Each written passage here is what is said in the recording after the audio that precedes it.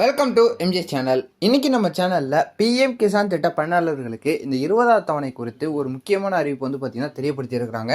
So இந்த 19 தவணைகள் கொடுத்து முடிச்சிருக்கிறாங்க. இந்த 20வது தவணை எப்போ கொடுக்க போகிறாங்க அப்படின்னு சொல்லிட்டு அதிகாரப்பூர்வமான அறிவிப்புகள் வராமல் இருந்தாலும் இப்போ எப்போ பார்த்தீங்கன்னா இந்த 20வது தவணை வழங்கப்படலாம் அப்படின்னு சொல்லிட்டு ஒரு சில முக்கியமான இன்ஃபர்மேஷன் பார்த்தீங்கன்னா இப்போ லீக் ஆயிருக்குது. அதை பற்றி தான் நம்ம இந்த வீடியோவில் ஒரு டீட்டெயிலாக பார்க்க போகிறோம்.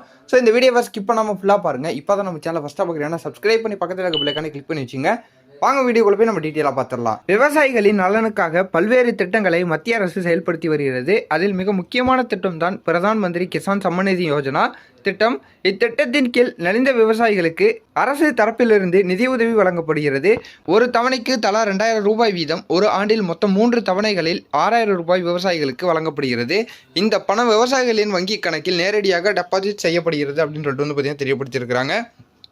இதன் மூலம் சுமார் 10 கோடி விவசாயிகள் பயனடைவார்கள். அந்த அறிவிப்புக்காக விவசாயிகள் அனைவரும் காத்திருக்கின்றனர் அப்படின்னு சொல்லிட்டு பார்த்தீங்கன்னா இந்த 20வது தவணை எப்போ வரப்போகுது அப்படின்னு சொல்லிட்டு ஆர்வமாக காத்துக்கிட்டு இருக்கிறாங்க.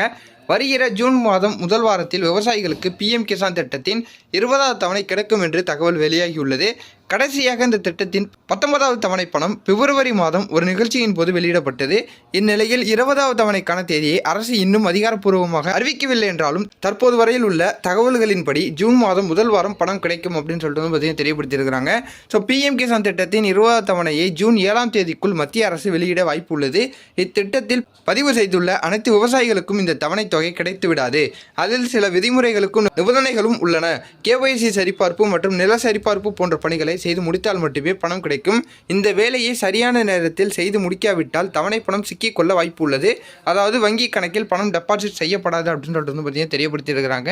ஸோ இதில் இந்த 3 விஷயங்கள் பார்த்தீங்கன்னா கட்டாயம் பண்ணியிருக்கணும். ஸோ பேங்க்கில் பார்த்தீங்கன்னா உங்களுடைய ஆதார் ஸ்ட்ரீடாக இருக்கா அப்படின்னு சொல்லிட்டு செக் பண்ணிங்க. கேஒய்சி அப்டேட்டாக இருக்கட்டும், நிலம் சரிபார்ப்பாக இருக்கட்டும், இது 3மே பார்த்தீங்கன்னா சரியாக இருந்தால் மட்டும்தான் இந்த 20வது தவணைங்கிறது கிடைக்கும் அப்படின்னு சொல்லிட்டு தெரியப்படுத்தியிருக்கிறாங்க.